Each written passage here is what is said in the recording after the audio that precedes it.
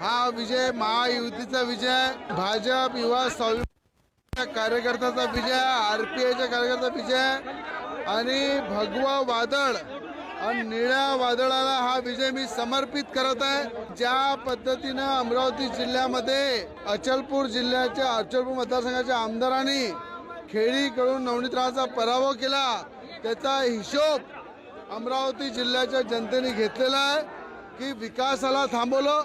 एक अमरावती जिल्ह्याचं नेतृत्व नवनीत राणा त्यांना थांबवलं, म्हणून आज हा संपूर्ण विजय भगवा वादळ आणि निळ्या वादळाला मी समर्पित करताय की हा विजय अमरावती जिल्ह्याच्या जनतेचा विजय, अमरावती जिल्ह्याच्या लाडक्या बहिणींचा विजय, शेतकऱ्यांचा आहे, शेतमजुरांचा आहे, सर्वसामान्य जनतेचा आहे, व्यापाऱ्यांचा आहे।